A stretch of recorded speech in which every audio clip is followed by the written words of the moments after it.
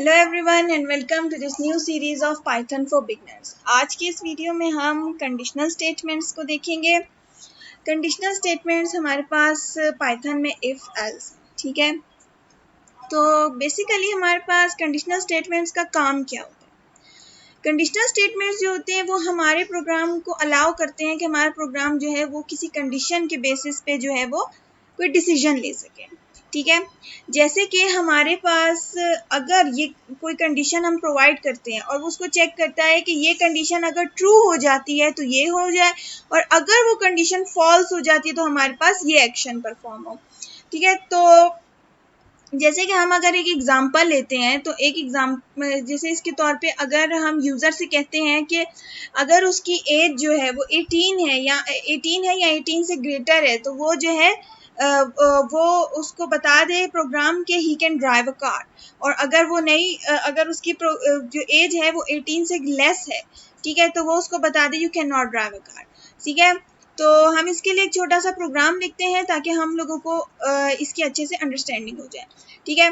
तो सबसे पहले हम क्या करेंगे, मैंने यहाँ पे कुछ कमेंट्स दिए हुए हैं, ठीक है, कि हमने सबसे पहले यूज़र से पूछना है कि उसकी एज क्या है, और फिर उसके बाद हम लोगों ने यूज़र को बताना है कि अगर उसकी एज जो है वो ग्रेटर देन है 18 से, तो वो जो है उसको मैसेज प्रिंट करवा दे कि he can drive a car. तो अभी हम एक सिंपल सा प्रोग्राम लिखेंगे और फिर नेक्स्ट जो वीडियो है उसमें मैं आपके लिए एक इंटरेक्टिव कोडिंग एक्सरसाइज लेके आऊँगी, ठीक है। सो अभी हम इसका एक छोटा सा प्रोग्राम लिखते हैं। सबसे पहले हमारे पास क्या है कि हमें यूज़र से उसकी एज मालूम करनी है, ठीक है। तो सबसे पहले हम एक इनपुट करवा लेते हैं यूज़र से, यूज़र के लिए तो हम करवा लेते हैं इसको व्हाट इज़ योर एज, ठीक है। तो हम उससे पूछ लेते हैं कि उसकी एज क्या है, और फिर उसके बाद जो है हम इसको एक वेरिएबल में सेव कर लेते हैं जिसका नाम एज रख देते हैं। इसके अलावा हम इसका डाटा टाइप चेंज करके इसको इंट में दे देते हैं, ठीक है, ताकि जो है हम इस पे जो है कंपैरिजन कर सकें। अब इसके बाद हमारे पास क्या है कि मैंने यूज़र से तो पूछ लिया कि उसकी एज क्या है, तो अब मैं क्या करूँगी कि मैं यहाँ पे इफ स्टेटमेंट यूज़ करूँगी। अगर एज जो है वो ग्रेटर है 18 से, ठीक है, तो वो यहाँ पे क्या करे, वो प्रिंट कर दे यहाँ पे यू कैन ड्राइव, ठीक है। अब यहाँ पे आपने एक बात नोट की कि जब मैंने यहाँ पे कॉलन लगाया और उसके बाद जब मैंने एंटर किया तो उसने ऑटोमेटिकली मेरा जो कर्सर है वो यहाँ पे क्या हुआ, इंडेंट हो गया, ठीक है। यहाँ पे आप देख सकते हैं कि यहाँ पे मेरा जो कर्सर है वो खुद ब खुद इंडेंट हो गया, उसने खुद यहाँ पे स्पेसिंग दे दी। तो इस इंडेंटेशन का मतलब क्या होता है, इस इंडेंटेशन का मतलब ये है कि जो भी चीज़ इंडेंटेड होगी, इसका मतलब ये होगा कि जो भी चीज़ इंडेंटेड है वो इफ स्टेटमेंट के अंदर है, ठीक है। और वो जब ये कंडीशन जो है ये इंटरप्रेट होगी तो उसके बाद जो है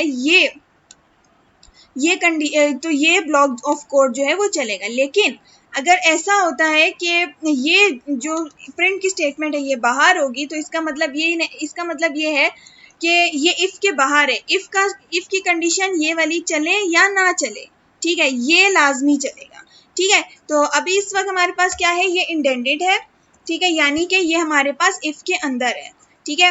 अब यहाँ पे फिर हम देंगे एक एल्स, ठीक है, और यहाँ पे हम प्रिंट करवा लेते हैं you can not drive a car, ठीक है। तो अब हम यहाँ पे जब इस प्रोग्राम को रन करेंगे तो सबसे पहले जो है वो हमसे हमारी एज पूछेगा, ठीक है। सो लेट्स एंटर 17 एंड वो बता रहा है हमें कि you can not drive a car, ठीक है, उसने बता दिया कि वो जो है कार ड्राइव नहीं कर सकता। तो यानी कि हमारे पास यहाँ पे जो इफ स्टेटमेंट है वो गलत हो गई, क्योंकि यहाँ पे हमारी ये फॉल्स होगी, इसीलिए क्योंकि एज जो है वो लेस देन 18 थी, ठीक है। अब हमारे पास ऐसा है कि मैं चाहती हूँ कि मैं इस इफ एज में जो है ना, if age is greater than 18 मैंने लिखा है, ठीक है।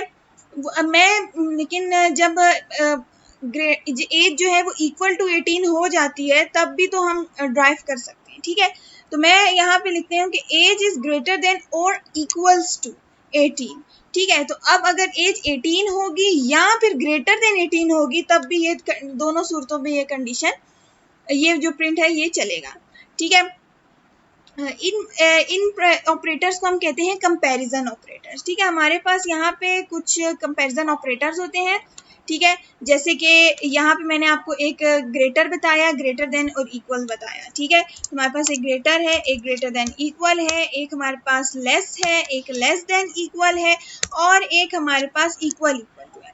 तो लेस देन और equal, less than equals to और greater than equals to, greater और लेस, ये सेल्फ डिफाइन है। ठीक है, ये जो इक्वल इक्वल है ये भी सेल्फ डिफाइन है। ये इसमें क्या है कि अगर कंडीशन जो है, एक वैल्यू जो है वो दूसरी वैल्यू के बिल्कुल इक्वल हो जाती है, तो फिर ये हम कंपैरिजन करना हो कि वो इक्वल है कि नहीं, तो उसके लिए हम क्या यूज करते हैं, इक्वल इक्वल करते हैं। ठीक है, तो ये हमारे पास था कि इफ और एल्स स्टेटमेंट। ठीक है, क्योंकि एल्स में हमारे पास कंडीशन नहीं होती है। नोट करें कि इसमें हमारे पास कंडीशन नहीं होती है, तो जब भी हमारे पास इफ नहीं चलता तो एल्स हमारे पास लाजमी चलता है। ठीक है, so that's it for this lecture. See you guys in the next video.